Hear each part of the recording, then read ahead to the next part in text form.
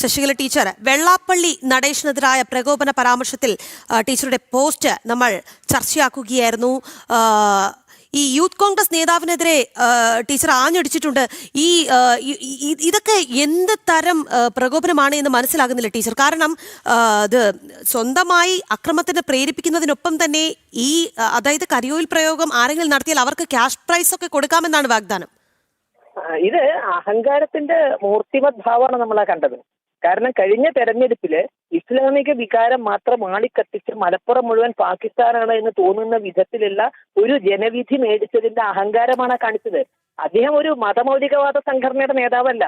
Indian national സ്വാതന്ത്ര്യ സമര പ്രസ്ഥാനമാണ് അവരെന്നാണ് പറഞ്ഞത്. കാര്യം അതും ഇതും നമ്മൾ അജഗജാന്തരം ഉണ്ടെന്നുള്ളത് വേറെ കാര്യം. പേര് മാത്രമേ ഉള്ളൂ. ഇപ്പോഴത്തെ മറ്റേ ഡ്യൂപ്ലിക്കേറ്റ് ഗാന്ധിമാരുടെ മാതിരി ഗാന്ധി പേരും ഗാന്ധി തമ്മിൽ യാതൊരു ബന്ധവുമില്ലല്ലോ. അതുപോലെ സ്വാതന്ത്ര്യ സമര പ്രസ്ഥാനമായ ഇന്ത്യക്കാരുടെ സ്വാതന്ത്ര്യ സമര പ്രസ്ഥാനമായ ഇന്ത്യൻ നാഷണൽ കോൺഗ്രസും ഇപ്പോഴത്തെ ഈ കോൺഗ്രസും തമ്മിൽ യാതൊരു ബന്ധവുമില്ല. ഈ ഗാന്ധി പേരുമായി ഒരു ഡ്യൂപ്ലിക്കേറ്റ് കോൺഗ്രസ് എന്ന് അതിൽ പറയാൻ സാധിക്കുള്ളൂ. അപ്പൊ എന്നിരുന്നാലും അവർ അവകാശപ്പെടുന്നവരൊരു ദേശീയ പ്രസ്ഥാനമാണെന്നുള്ളതാണ്. അവരൊരു മതേതര പ്രസ്ഥാനമാണെന്നുള്ളതാണ് പറഞ്ഞത്. ഇപ്പോഴും ഗാന്ധി പ്രതിമയിൽ മാലയിടാനും അല്ലെങ്കിൽ രഘുപതി രാഘവ രാജാറാം പാടാനും ഒക്കെ തെറ്റിയിരിക്കുകയാണ്. കാരണം അവനെ പോലും ശരിക്കും അറിയില്ല എന്നുള്ളത് വേറെ കാര്യം. എന്നിരുന്നാലും അതിനൊക്കെ ഇപ്പോഴും അത്തരം വേഷം കെട്ടുന്നതൊക്കെ നടത്തുന്ന ഒരു പ്രസ്ഥാനം എന്നുള്ള നിലയ്ക്ക് അവർക്ക് ഉത്തരവാദിത്വം.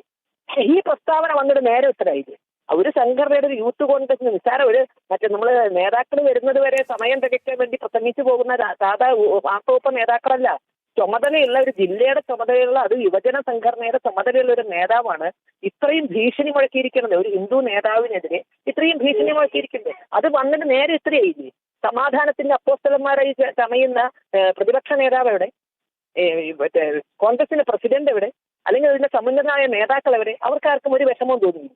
അതാത് സമയത്ത് വോട്ട് കിട്ടാൻ വേണ്ടി വെള്ളാപ്പള്ളി അടക്കമുള്ള ഹിന്ദു നേതാക്കളെ ചെന്ന് സമാധാനിപ്പിക്കുന്നവര് ഇത്തരത്തിലൊരു ഭീഷണി മുഴക്കിയിട്ട് നേരം ഇതുവരെ ഞാൻ രാവിലെ തൊട്ട് അമ്പലത്തിലായതുകൊണ്ട് ഇന്ന് രാവിലെ എന്തെങ്കിലും പ്രസ്താവന ഉണ്ടോ എന്ന് ഞാൻ കണ്ടിട്ടില്ല. ഇന്നലെ ഏതായാലും കണ്ടിട്ടില്ല. ഇതിനെ അപലപിച്ചുകൊണ്ട് ഇത് ചെയ്തത് തെറ്റായി. വെള്ളാപ്പള്ളിയെ പോലെ ഒരു നേതാവ് ഇങ്ങനെ പറയാൻ പാടില്ല. വെള്ളാപ്പള്ളി പറയുന്നത് യാഥാർത്ഥ്യങ്ങളാണ്. അതല്ലെങ്കിൽ അതിനെ കണക്കുകളെ കൊണ്ടാണ് ഉത്തരം പറയേണ്ടത്. വെള്ളാപ്പള്ളിയെ ഭീഷണിപ്പെടുത്തുകയല്ല ചെയ്യേണ്ടത്, കണക്കുകളെ കൊണ്ട് ഉത്തരം പറയണം. ഇവിടെ ഒരു കാലത്ത് അധിക വർഷമായില്ല ഇവിടുത്തെ ഇസ്ലാമിക സംഘടനകൾ, പ്രത്യേകിച്ച് ലീഗ് അടക്കമുള്ളവർ ചില പട്ടികകൾ റോഡ് സൈഡിലൊക്കെ പ്രദർശിപ്പിച്ചിരുന്നു. അതവർക്ക് സർക്കാർ തൊഴിലുകളിൽ പ്രാതിനിധ്യമില്ല അല്ലെങ്കിൽ ഇന്നതിൽ. ഹലോ, കേൾക്കുന്നുണ്ടോ ടീച്ചർ? അതോടൊപ്പം തന്നെ ടീച്ചറിന്റെ പോസ്റ്റിൽ ഒരു കാര്യം ഓർമ്മിപ്പിച്ചിട്ടുണ്ട്. ഇത് ഭാരതമാണ്, ഇത് ബംഗ്ലാദേശോ പാകിസ്ഥാനൊന്നും അല്ല. ഇത്തരം പരാമർശങ്ങൾ നടത്താൻ കൃത്യമായ നടപടി ഉണ്ടാകേണ്ടതിന്റെ സമയം അതിക്രമിച്ചിട്ടുണ്ട്. എന്തായാലും നമ്മുടെ മുഖ്യമന്ത്രി പിണറായി വിജയൻ ഭരിക്കുന്ന അല്ലെങ്കിൽ അദ്ദേഹത്തിന് കീഴിലുള്ള ആഭ്യന്തര വകുപ്പാണ് കൃത്യമായ നടപടി എടുക്കേണ്ട സമയം അതിക്രമിച്ചിരിക്കുന്നു. പക്ഷേ ഇവിടെ യാതൊന്നും നടന്നിട്ടില്ല എന്നുള്ളതാണ്. തീർച്ചയായും. കാരണം ചില യാഥാർത്ഥ്യങ്ങൾ വെള്ളാപ്പള്ളിയെ പോലുള്ളവർ പറയുമ്പോൾ, അതല്ലെങ്കിൽ ഹൈന്ദവ സംഘടന നേതാക്കൾ പറയുമ്പോൾ ഉടനെ അറസ്റ്റ് എന്ന ഭീഷണിയുമായി വരുന്നവരാണ്. പണ്ട് ഒരു നഷ്ടപരിഹാരം കൊടുത്തതിൽ, മരണത്തിന് നഷ്ടപരിഹാരം കൊടുത്തതിലല്ല ആ ഒരു ഇംബാലൻസ് ചൂണ്ടിക്കാണിച്ചതിനെതിരെ വെള്ളാപ്പള്ളി നടേശനെ അറസ്റ്റ് ചെയ്യുമെന്ന് പറഞ്ഞ് നമ്മളാരും മറന്നിട്ടില്ല. അങ്ങനെ പല പല കാര്യങ്ങൾ ഹിന്ദു സംഘടനാ നേതാക്കളുടെ ഭാഗത്തുനിന്ന് യാഥാർത്ഥ്യം ചൂണ്ടിക്കാണിക്കുമ്പോൾ ഉടനെ കേസെടുക്കും, അറസ്റ്റ് ചെയ്യും എന്നൊക്കെ പറഞ്ഞ് ഭീഷണി മുഴക്കുന്നവര് നേരെ ഇതുവരെ ഒന്നും പറഞ്ഞിട്ടില്ല. ഇവിടെ ഇസ്ലാമിക സമൂഹത്തിന് അവഗണനയുണ്ട് എന്നൊക്കെ പറഞ്ഞുകൊണ്ട് കൃത്യമായ കണക്കുകൾ വെച്ച് പറയുമ്പോൾ അതിപ്പോ ആരുമായിക്കോട്ടെ, എല്ലാ ഇസ്ലാമിക സംഘടനാ നേതാക്കളും അവർ റോഡപകടങ്ങളിൽ പോലും നിശ്ചിത ശതമാനം മുസ്ലിങ്ങൾ ഉൾപ്പെടണം എന്ന് പറയത്തക്ക നിലവാരത്തിലേക്ക് എല്ലാറ്റിന്റെയും ശതമാന കണക്ക് പറഞ്ഞവരാണ്. എന്നിട്ട് അവരെ എന്തേ വർഗീയവാദി എന്ന് വിളിക്കാത്തത്? അവരുടെ മേലെന്തേ കരിയോയിൽ ഒഴിക്കണം എന്ന് പറയാത്തത്? അപ്പൊ അവര് പറയുന്നതൊക്കെ യാഥാർത്ഥ്യം. മുസ്ലിങ്ങൾ പീഡിപ്പിക്കപ്പെടുന്നു എന്ന് പറഞ്ഞാൽ അത് യാഥാർത്ഥ്യം. ന്യൂനപക്ഷങ്ങൾ പീഡിപ്പിക്കപ്പെടുന്നു എന്ന് പറഞ്ഞാൽ അത് യാഥാർത്ഥ്യം. ഇവിടുത്തെ ഹിന്ദു പീഡിപ്പിക്കപ്പെട്ടാൽ പോരാ, അത് പറയാനും അവന് പാടില്ല. അദ്ദേഹം പറഞ്ഞത് വാസ്തവല്ലേ?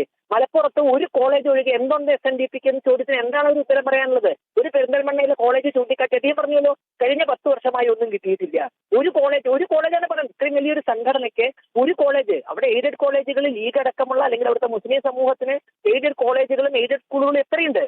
അപ്പൊ ഇദ്ദേഹത്തിന് ഈ ഒരു സ്കൂൾ വെച്ചിട്ട് അത് വെച്ച് താഴ്ത്തിയിരുത്താൻ ചിന്തിക്കുന്നത് നിങ്ങൾ തെറ്റിപ്പോയി. അതെന്നെ പറഞ്ഞത് ഇത് ഭാരതമാണ്. പാകിസ്ഥാനോ ബംഗ്ലാദേശോ ആണ് ഹിന്ദു പീഡനം നടത്താമെന്നോ ഹിന്ദുവിനെ ചുട്ടുകൊല്ലാമെന്നോ ഹിന്ദുവിനെ ഇപ്പൊ കരിയോയിൽ ഒഴിക്കണമെന്നേ പറയുള്ളൂ. നാളെ അദ്ദേഹം എന്താ പറയുക, പെട്രോൾ ഒഴിച്ച് കൊള്ളി വെക്കണമെന്നാണ്. ഇപ്പൊ ബംഗ്ലാദേശിൽ അതാണ് നടക്കുന്നത്. ഹിന്ദു യുവാക്കളെ പെട്രോൾ ഒഴിച്ച് കൊള്ളി വെക്കുന്നു. അപ്പൊ അദ്ദേഹം പറഞ്ഞത് കരിയോയിൽ ഒഴിക്കണമെന്നാണെങ്കിലും അദ്ദേഹത്തിന്റെ മനസ്സിലുള്ളത് പെട്രോൾ ഒഴിച്ച് കത്തിക്കിടക്കുന്നത് തന്നെയാണ്. അത് നടക്കില്ല എന്ന് തന്നെയാണ് പറയാനുള്ളത്. അത് മലപ്പുറത്തെ എണ്ണം കണ്ടുകൊണ്ട് അത്തരം അഹങ്കാരം കൊണ്ട് ആരും വരണ്ട. അത്തരത്തിൽ ഒരു ഹിന്ദു നേതാവിനെയും വിട്ടുകൊടുക്കില്ല. അവരെല്ലാം ചേർത്ത് പിടിക്കാനുള്ള സംവിധാനം ഇന്ന് ഹൈന്ദവ സമൂഹത്തിന്. തീർച്ചയായും വളരെയധികം നന്ദി ശ്രീമതി ശശികല ടീച്ചർ ഈ അവസരത്തിൽ ഞങ്ങളോട് പ്രതികരിച്ചതിന്.